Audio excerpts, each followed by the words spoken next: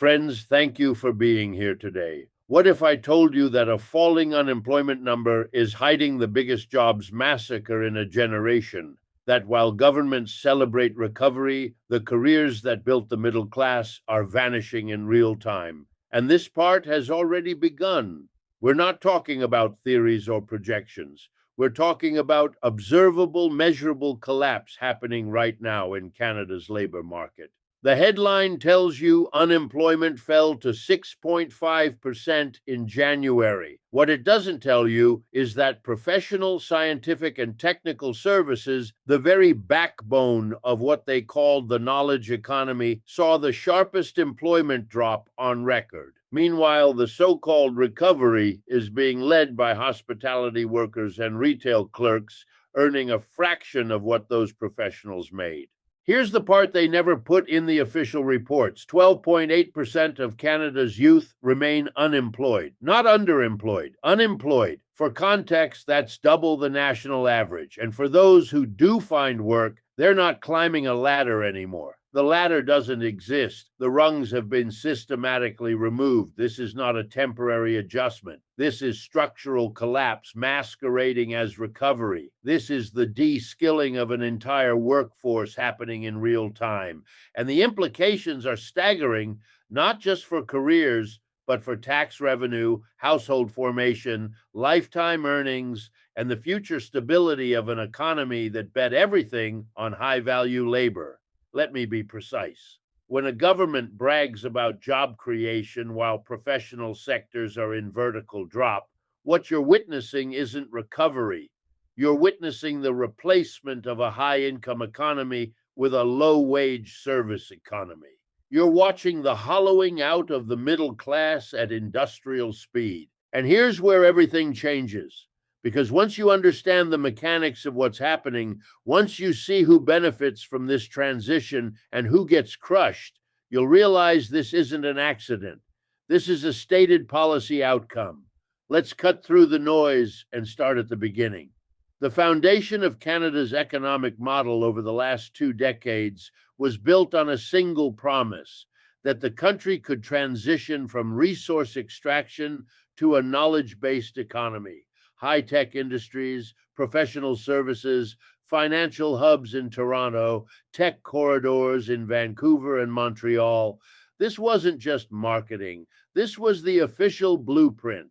Between 2015 and 2022, the professional and technical services sector exploded. IT jobs, engineering roles, corporate consulting, accounting firms, research and development. These weren't just jobs. These were wealth-generating positions with median salaries that supported home ownership, tax contributions, and consumer spending. Urban centers thrived on this model. Toronto became a tech darling. Vancouver attracted venture capital. Calgary diversified beyond oil. Ottawa built its identity around government services and technology. But that expansion wasn't organic. It was fueled by something very specific: near zero interest rates and an avalanche of venture capital. When money is free, businesses expand. When capital flows, startups hire. When rates are low, corporate investment accelerates. The entire scaffolding of Canada's professional labor market was built on this liquidity foundation. Here's what actually happened. Starting in 2022, central banks began raising rates aggressively to combat inflation. The Bank of Canada moved from 0.25% to over 5% in less than 18 months. And the moment those rates went up, the entire architecture began to crack. Why? Because when borrowing costs rise, venture capital funding dries up, startups freeze hiring, corporate expansion stops, and professional services, the consultants, the advisors, the technical experts, are the first to be cut. Not because they're unproductive, because business investment itself collapses when money becomes expensive. This is where the simple logic does not apply. In a normal recession, you'd expect all sectors to contract equally, but that's not what we're seeing. Professional and technical services are imploding. Finance is shedding roles. Media companies are gutting newsrooms. Meanwhile, hospitality and food services, among the lowest median wage sectors in the entire economy, are where the job growth is concentrated. Think of it like this. Imagine you're running a corporation.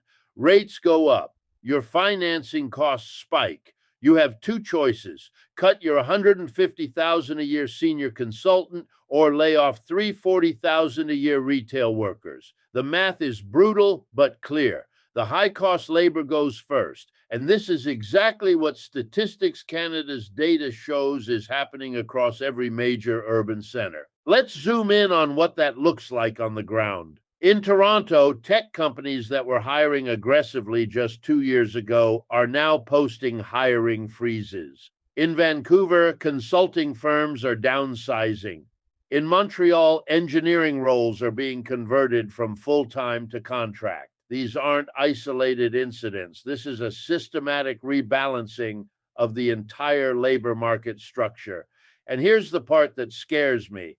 When you lose professional jobs, you don't just lose paychecks, you lose tax revenue. A professional earning $120,000 a year contributes far more in income tax than two hospitality workers earning $35,000 each. When the government celebrates net job creation without distinguishing between a software engineer and a barista, what they're actually celebrating is a collapse in per worker tax generation. But that's not the real problem. The real problem is what this does to an entire generation, because those 12.8% of unemployed youth, they're not just waiting for the cycle to turn, they're being locked out of the entry point entirely. Let me show you what actually happened. Youth unemployment in Canada has always been higher than the national average, typically around double. That's structural. Young workers are more likely to work part-time, more likely to churn between jobs, more likely to be in precarious roles.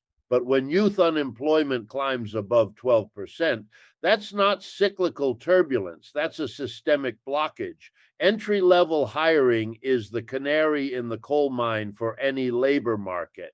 When businesses are confident, they hire junior staff. When they're uncertain, they freeze those roles first. And right now, we're seeing a complete collapse in entry-level professional hiring. The pathways that used to lead from university to career, internships, junior analyst roles, associate positions, they're evaporating. What does that mean in practice? It means a 22-year-old with a degree in computer science isn't landing a junior developer role. They're working retail. A finance graduate isn't getting an analyst position. They're serving tables. And here's what the data shows. Early career underemployment doesn't just delay wealth accumulation. It permanently depresses lifetime earnings. This is not theoretical. It's observable. When workers start their careers in low-wage sectors, they don't catch up. The compounding effect of lost experience, lost networking, and lost skill development means that even when the economy recovers, this cohort will lag behind permanently. For pensions, this is catastrophic. But we haven't even reached the breaking point yet, because while the labor market is rebalancing downward, Canada's population is still growing rapidly, and this is where the math becomes unavoidable. Canada has been running one of the most aggressive immigration policies in the developed world, adding over 1 million people in some recent years. The stated goal was to grow the economy. But here's the part nobody expects. Population growth doesn't automatically translate to prosperity. It dilutes per worker output. Let me be precise. Canada's per capita GDP, the measure of economic output per person, has been stagnant or declining even as the headline GDP number grows. That means the economy is getting bigger in absolute terms, but individuals are getting poorer in real terms. More people, same pie, smaller slices. And this leads us to the system's most crucial secret, which we will explore in the next section. Here's the part they never put in the official reports. The entire promise of Canada's knowledge economy was built on a foundation that no longer exists.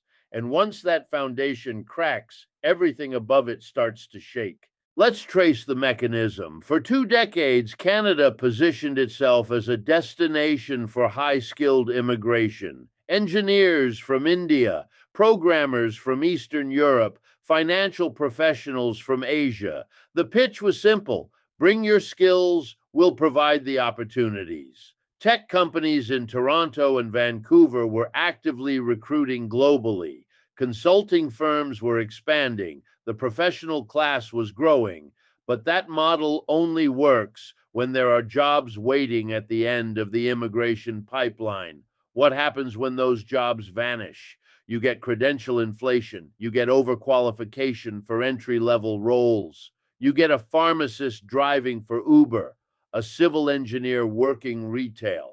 This isn't anecdotal. This is the labor market rebalancing in real time.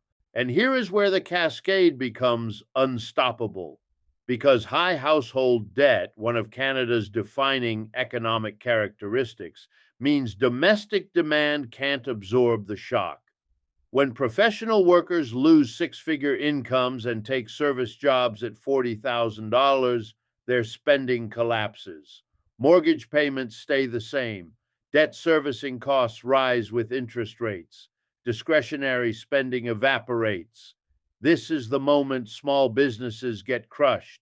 The restaurants that relied on business lunches, the retailers that depended on middle-class consumption, the service providers who catered to dual-income professional households. When that spending vanishes, those businesses contract. And when those businesses contract, they lay off workers, which reduces spending further. This is the domino sequence in motion. But this isn't even the part that scares me, because what comes next is worse. We need to talk about automation and artificial intelligence, not as some distant future threat, but as an observable force reshaping white-collar work right now. Let me show you what actually happened. Between 2022 and 2025, AI tools went from experimental novelties to core business infrastructure. ChatGPT launched in late 2022. Within months, corporations were using AI for customer service, content generation, data analysis, and legal research. Tasks that used to require junior analysts, paralegals, junior accountants, and entry-level consultants were being automated at scale. Here's the detail even analysts tend to miss. Automation doesn't just eliminate jobs. It restructures how work is organized. A law firm that used to hire 5 junior associates now hires 1 senior lawyer and an AI tool. A marketing agency that employed 10 content writers now has 3 editors supervising AI-generated copy. The math is brutal. Professional roles aren't disappearing entirely. They're being compressed. And this is where common sense actually becomes your enemy, because the intuitive response is, well, those workers will just retrain for different roles. But retrain for what? When AI is disrupting customer service, accounting, legal research, marketing, data entry, and coding simultaneously, where's the escape route? This part isn't a prediction, it's math. When you combine rising interest rates, which kill job creation, demographic pressure, which floods the labor market, and technological disruption, which eliminates entry points, you get a labor market with no absorption capacity. Jobs aren't just shifting sectors. They're vanishing faster than new ones can form. Let me be precise. Canada's productivity growth, the measure of output per hour worked, has lagged every other G7 nation for over a decade. Business investment per worker in Canada trails the United States by a staggering margin. What does that mean in practice? It means Canadian businesses aren't investing in the tools, technology, or training that would make workers more valuable. They're just extracting more from existing capacity. And when productivity stagnates, demand for high-skilled labor drops, because if you're not investing in innovation, you don't need innovators. If you're not expanding infrastructure, you don't need engineers. If you're not launching new ventures, you don't need consultants. The entire demand curve for professional labor collapses. This is where the first domino falls, because weak demand for professional labor means weak wage growth, and weak wage growth means weak tax revenue, and weak tax revenue means government services contract. And when government services contract, education funding, infrastructure spending, public sector hiring, the labor market deteriorates further. For pensions, this is catastrophic because pension sustainability depends on one critical assumption: that future workers will earn more than current workers, that each generation will contribute more to the tax base than the last. But when an entire generation starts their careers underemployed or unemployed, when they shift from $80,000 professional roles to $35,000 service jobs, the entire actuarial foundation collapses. Let's zoom in on what that looks like for a household. Take a family in Toronto, two working professionals in 2020, combined income $180,000, mortgage on a modest house $750,000, monthly payment with rates at 2.5%, manageable. Flash forward to 2025. One partner loses their consulting job, takes a retail management role. Income drops to $50,000. Other partner still employed but facing wage freeze. Combined income now $130,000, but the mortgage renewed at 5.5%. Monthly payment jumps 40%. Suddenly, they're not saving. They're not investing. They're barely covering fixed costs. And they're certainly not having children. And here's where everything changes, because weak youth employment correlates directly with lower household formation rates. Young adults aren't buying homes. They're not starting families. They're living with parents longer, delaying marriage, postponing children. This isn't lifestyle choice. This is economic necessity. What does that do to long-term growth? It collapses it, because economic growth in developed nations depends fundamentally on household formation. New households need furniture, appliances, cars, insurance, services. When household formation stalls, entire sectors contract. Real estate, construction, retail, financial services, the knock-on effects are exponential. But we haven't even reached the breaking point yet, because while all of this is happening in the labor market, there's another crisis unfolding in plain sight that nobody's talking about. Corporate restructuring. Let me show you what's really happening. Over the last 3 years, major corporations across Canada have shifted from permanent staff to contract work. Same roles, same responsibilities, but instead of full-time employees with benefits, pensions, and job security, you have contractors with zero protections. This is not a conspiracy. It is a stated policy. Businesses openly discuss workforce flexibility and variable cost structures. What that means in plain language: convert fixed labor costs, salaries, into variable costs, contracts. When demand drops, you don't lay off employees. You just don't renew contracts. No severance, no unemployment insurance contributions, no pension obligations. The data forces one conclusion: the professional middle class isn't just shrinking. It's being structurally dismantled and replaced with a precarious contractor class. Same work, lower pay, no stability, and critically, no benefits. When you lose employer-sponsored health coverage, pension contributions, and job security, you're not middle class anymore. You're working poor with a bachelor's degree. This is where the crack that becomes an earthquake starts, because an economy built on precarious labor cannot sustain consumer demand. When workers don't know if they'll have income next quarter, they don't spend, they hoard, they delay purchases, they avoid debt. And in a consumption-driven economy, that creates a deflationary spiral. Here's what that spiral looks like in motion. Businesses see weak demand. They cut costs by converting more workers to contracts. Those workers reduce spending. Demand weakens further. More businesses contract. More jobs become precarious. Spending drops again. This feedback loop doesn't stabilize. It accelerates until something breaks. And this is the moment the clock actually starts, because the Canadian government's fiscal position depends on tax revenue from a thriving professional class. When that class implodes, when high earners become low earners, when permanent jobs become gig work, tax revenue collapses. And when tax revenue collapses, the only options are cut services, raise taxes on remaining workers, or borrow massively. Let me show you what those options actually mean. Cut services, that means education, healthcare, and infrastructure deteriorate, which makes the country less attractive for business investment, which destroys more professional jobs. Raise taxes, that crushes the remaining middle class and accelerates capital flight. Borrow, that means future generations inherit crushing debt loads with a weaker economy to service them. This was inevitable the moment interest rates rose, not because rates themselves destroy economies, but because Canada's entire model was built on an assumption of perpetually cheap money. When that assumption broke, the whole edifice started to crumble.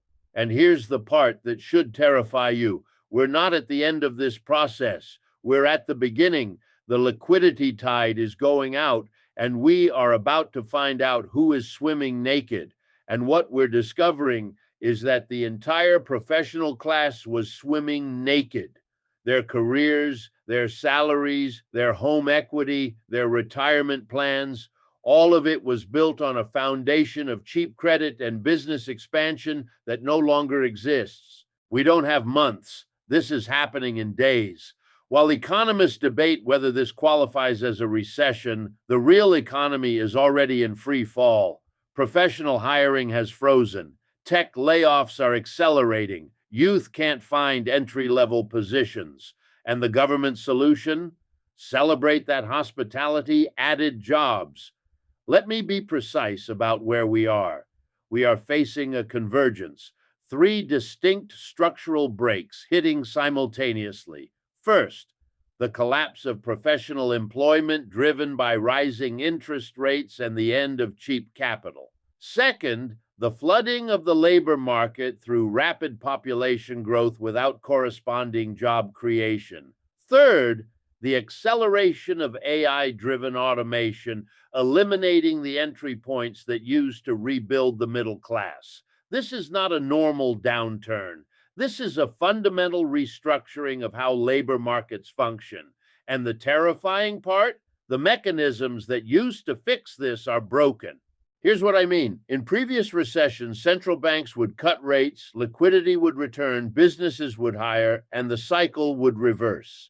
But this time is different because the structural issues aren't about liquidity, they're about the changing nature of work itself. You can't solve automation with interest rate cuts. Lowering rates won't bring back junior analyst positions that AI now handles. Cheap money won't recreate entry-level coding jobs when algorithms write the code. The tools that policymakers relied on for 40 years are obsolete for the crisis we're in now. And this is where the psychological warfare begins. Because what we're talking about isn't just an economic shift. It's a transformation in how an entire generation thinks about work, wealth, and future security. Let me show you the trap. Human beings are hardwired to believe tomorrow will look like yesterday. This is called normalcy bias. Your parents worked professional jobs, bought homes, built equity, retired comfortably, so your brain assumes you'll follow the same path. Get a degree, land a good job, climb the ladder, build wealth. But that script is obsolete. The ladder you're trying to climb no longer exists. The degree that used to guarantee employment now guarantees debt. The professional job market that absorbed graduates has frozen solid. And critically, the wealth-building mechanisms that worked for previous generations have evaporated. Here's the part nobody expects. Even if the job market eventually stabilizes, this generation has already lost something they can never recover: time, compounding, early career momentum. Think about wealth accumulation like compound interest. If you start investing at 25, you have 40 years of compounding before retirement. Start at 35, you've lost a decade. And it's not linear. That lost decade represents the most powerful years of compounding you'll ever have. When an entire generation spends their 20s underemployed, working gig jobs, unable to save, they don't just lose income, they lose the entire foundation of retirement security. This is the mechanism hiding in plain sight. The government shows you unemployment rates. They don't show you lifetime earnings trajectories. They celebrate gross job creation. They don't mention that replacing a $100,000 engineering role with two $35,000 service jobs destroys wealth formation for families. But this isn't even the part that scares me most. What terrifies me is the political instability this creates. Let's cut through the noise. When you have 12.8% youth unemployment, when you have educated professionals working retail, when you have an entire generation locked out of wealth accumulation, what do you get? Rage, resentment, radicalization. History is unambiguous on this point. Every major political upheaval of the last century was preceded by the collapse of middle-class prosperity expectations. Weimar Germany, 1930s America, the Soviet collapse, the Arab Spring, the pattern is identical. Educated youth with no economic future become the fuel for revolutionary movements. I'm not making a political prediction. I'm stating a historical pattern. When societies promise meritocracy and deliver precarity, when they offer ladders and provide trapdoors, the social contract shatters, and what replaces it is unpredictable and often violent. Canada is not immune to this. The country's identity has been built on stability, opportunity, and gradual prosperity. But those promises are breaking in real time.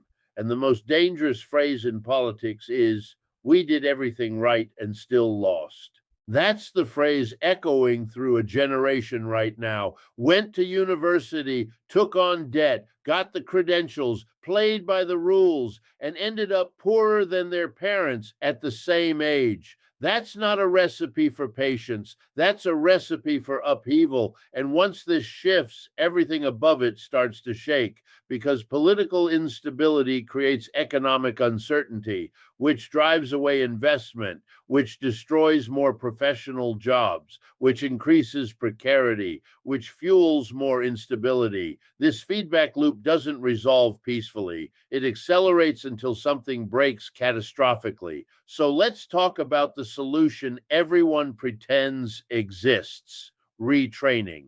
The idea that displaced workers can just learn to code or pivot to new sectors. This sounds reasonable until you examine the math.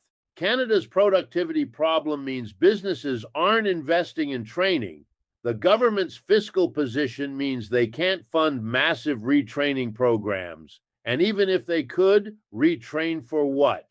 The sectors adding jobs, hospitality, retail, basic services, don't require retraining. They require accepting lower wages. This is where normalcy bias becomes lethal, because the career advice that worked in 1995 is catastrophically wrong in 2025. Go to university used to mean economic security. Now it means debt with no guaranteed return. Build your career used to mean climbing a ladder. Now it means hoping your entire industry doesn't get automated before you hit middle management. The old playbook is dead, and the new one hasn't been written yet, which leaves an entire generation navigating a labor market with no map, no compass, and no destination. Let me be precise about what this means for wealth preservation, because that's ultimately what this conversation is about. Not jobs for the sake of jobs, but the ability to build, protect, and transfer wealth across generations. Here's the reality nobody wants to admit: paper wealth is evaporating. The professional salaries that used to build home equity, gone. The equity portfolios funded by disposable income can't build them without income. The retirement accounts that relied on employer contributions, disappearing with the shift to contract work. You become a millionaire on paper, but poorer at the grocery store. This is the money illusion in its purest form. Asset values inflate, currency devalues. But if your income source has been structurally destroyed, paper gains are meaningless. This leads us to the binary choice every household now faces. And this isn't investment advice. This is a philosophical question about what wealth even means in a restructuring economy. Do you own assets or claims on assets? Do you hold things with intrinsic value or paper promises that depend on institutional stability? A stock portfolio is a claim on future corporate earnings. A pension is a claim on future tax revenue. A savings account is a claim on a banking system that's built on leverage. What happens when the systems backing those claims start to crack? When corporate earnings collapse because consumer spending implodes? When tax revenue falls because high earners become low earners, when banks face stress because mortgage defaults accelerate, the uncomfortable answer, your claims become worthless, not slowly, suddenly, because financial systems don't decline gracefully, they snap. This is not a conspiracy, it is a stated policy. Central banks have openly discussed financial stability concerns. Governments have acknowledged debt sustainability challenges. These aren't hidden threats, they're official warnings. And the only assets that survive system breaks are the ones with value independent of institutional promises: land, commodities, productive capital, things that exist in physical reality rather than on a bank ledger. I'm not telling you what to do. I'm telling you what the data forces you to conclude. When professional employment collapses, when labor income falls, when systems start to crack, the wealth that survives is the wealth that doesn't depend on those systems continuing to function. Gold, silver, hard assets, not because they're investments in the traditional sense, but because they're stepping out of the line of fire. They're wealth that exists whether or not the Canadian labor market recovers, whether or not pensions remain solvent, whether or not banks stay stable. This is a default in all but name, not of government debt yet, but of the social contract, the promise that education leads to employment, that employment leads to prosperity, that prosperity leads to security. That contract is broken. The question is whether you recognize it before it's too late to position accordingly. Let's zoom in one final time on what this means for a typical household. You're 30 years old, you have a degree and $40,000 in student debt. You work a job that pays $45,000, half what you expected when you started university. You can't afford a house. You can't save for retirement. You're watching your parents' generation retire comfortably while you struggle to cover rent. What's your move? The conventional answer is work harder, save more, invest wisely. But that playbook assumes the systems remain stable. It assumes professional opportunities will return. It assumes housing will become affordable. It assumes the labor market will heal. What if it doesn't? What if this is the new normal? What if the restructuring we're witnessing isn't temporary turbulence, but permanent transformation? Then everything you've been told about building wealth is wrong. And the sooner you recognize that, the sooner you can adapt to the reality that's actually unfolding rather than the reality you wish existed. Here's the moment the clock actually starts, not when unemployment hits some arbitrary number, not when the government admits recession, but when individuals realize the game has changed and start making decisions based on the new rules rather than the old ones. That moment is now. The professional labor market has already collapsed. Youth employment has already frozen. The middle class wealth engine has already stalled. The only question is whether you see it clearly enough to respond before the window closes entirely. Because history favors the prepared, and the window for preparation is closing, not in years, not in months, in weeks. The convergence we've described, interest rates, automation, demographic pressure, government fiscal stress, isn't building toward a crisis. It's the crisis, and it's unfolding in real time. This is vanishing in real time. The professional jobs, the career pathways, the wealth building mechanisms, and with them the stability that held Western middle classes together for 50 years. I can't tell you exactly when the final break comes, but I can tell you the structure is cracking. I can show you the fault lines. I can point to the mathematical inevitability of what happens when you combine labor market collapse with debt loads, with fiscal stress, with automation. What you do with that information is your choice, but understand, doing nothing is still a choice, and it's a choice to accept the consequences of a system that's breaking whether you're ready or not. Friends, we are watching the end of the knowledge economy in real time, not because the knowledge isn't valuable, but because the economic structure that rewarded it has collapsed, and what replaces it is anyone's guess. The only certainty is this: the professional middle class as we knew it is over. The question now is what comes next, and whether you'll be positioned to survive the transition.